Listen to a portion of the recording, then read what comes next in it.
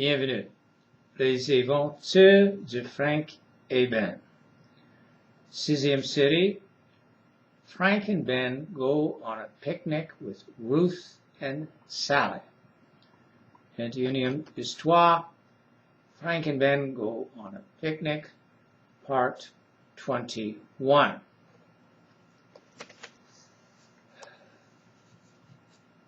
Big Bob Slummocks, what are you doing here? Asks Frank. But before Bob can say anything, the rear window of the car goes down, and a friendly young man says to all of them, "We're two students from Germany, glad to make your acquaintance." He then sticks out his hand to Frank. "We thought we might catch you out at Duck Beach, but we got there a little late," says Bob. "We ran into a strange old bird who said she'd seen you there with a dog and a girl, but that you'd left about 20 minutes earlier."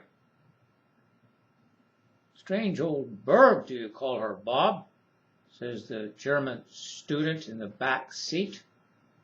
"She was merely a woman who saw the advantages of letting the animals form governments and rule the planet."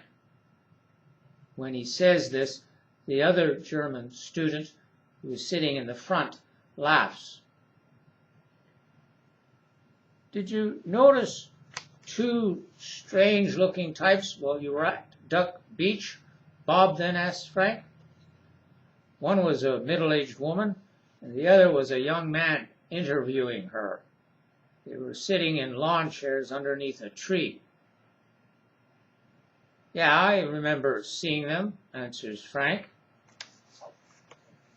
"Well, they certainly saw you, or to put it more precisely, your dog, which they thought was a wonder to look at.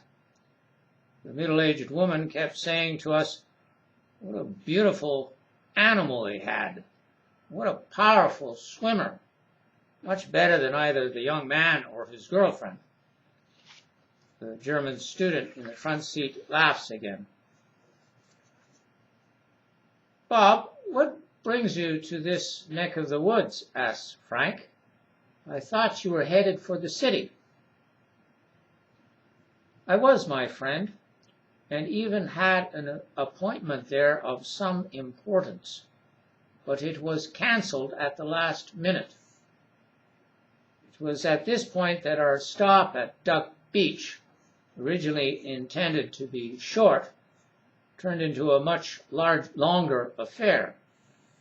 Running into the aforesaid twosome, who gave us an idea where you might be, we amused ourselves with them for a while, and then strolled around the beach before deciding that no better thing could be done than to look for you, Ben, Sally, and the young woman whom I've yet to meet." Bob then gives Ruth a friendly look. "We've just finished having a picnic up the hill," says Ben to Bob. "It's too bad you couldn't have come with us."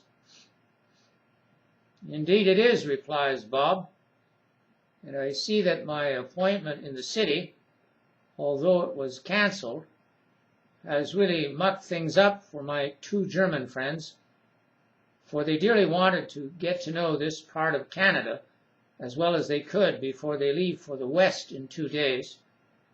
And that, of course, includes getting to know Quebec and the people of Quebec, who, as it occurred to me while we were at Duck Beach, you two represent as well as anyone." All of them smile at this compliment to Frank and Ben. The two German students clearly show their eagerness in getting to know them better.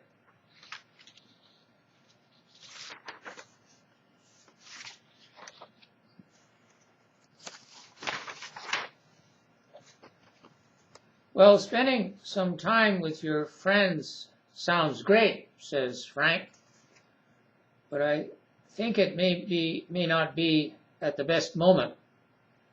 We're basically finished here for the day, and I'm just getting ready to go back to Perkins.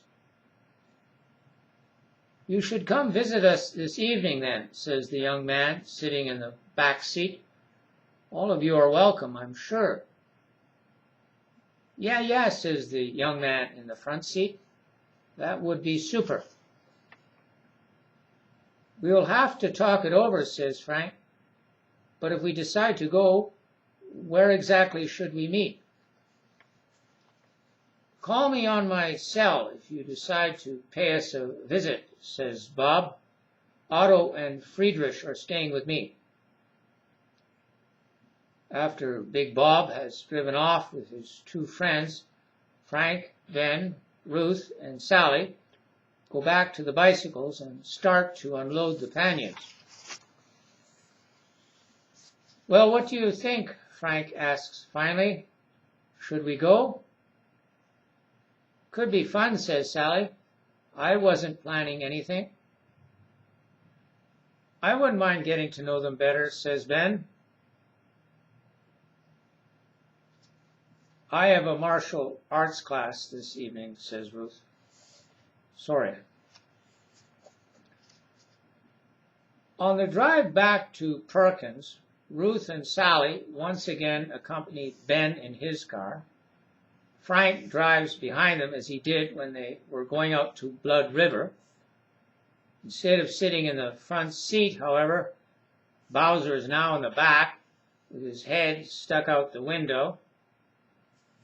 It is only about 10 minutes after they have left Blood River that a third car comes up from behind them. After following them for a few minutes, it picks up speed and passes them.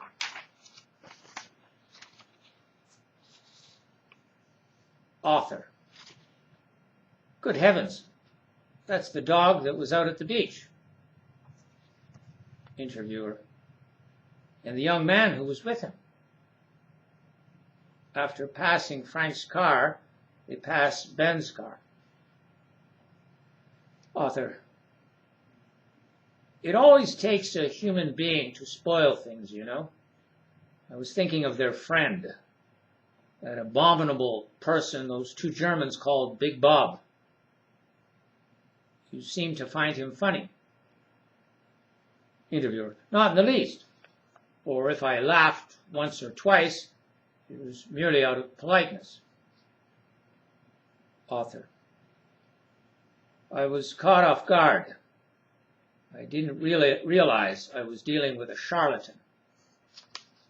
Interviewer. He was very clever. Anyone would have thought, at least at the beginning, that he fully endorsed your views. Author. I admit I was taken up the garden path. Highly intelligent and committed people, as I'm sure you're well aware, are sometimes vulnerable in that way. Interviewer. It's because he's a fool himself that he tried to make you look like one. Author. I will certainly get over it. I just think it's a terrible shame that it spoiled what would otherwise have been a perfect day. At the same time this conversation is going on, Frank is talking to Big Bob on his cell. Frank. Yeah, I'm sure it was her. When she saw us, she had this really surprised look on her face. Bob. You still could be mistaken. Frank. I'm telling you, it was the woman who was interviewed at Doug Beach.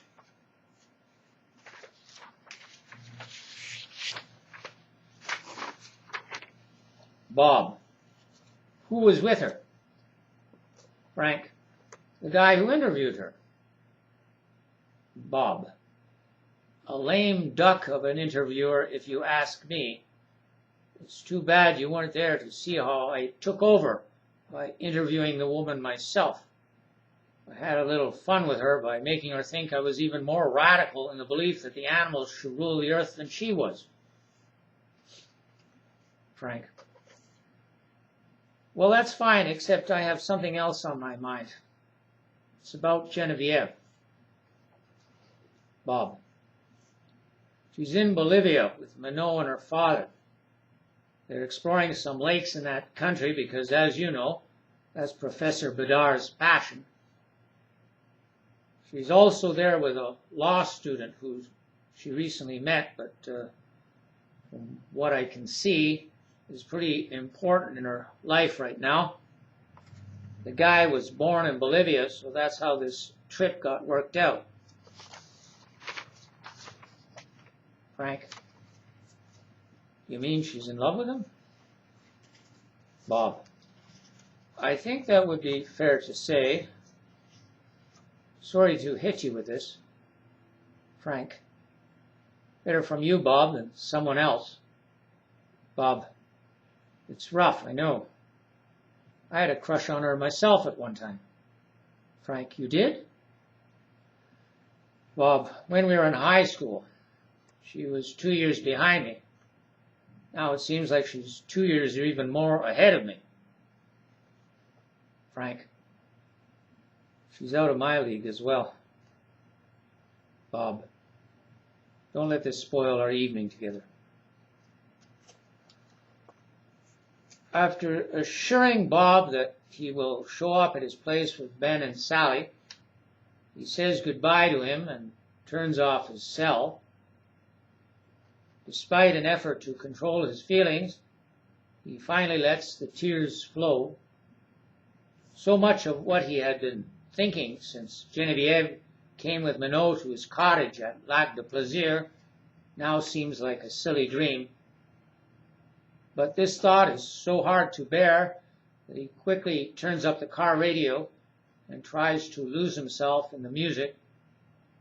He tries to drown out all thoughts except memories of their one day together.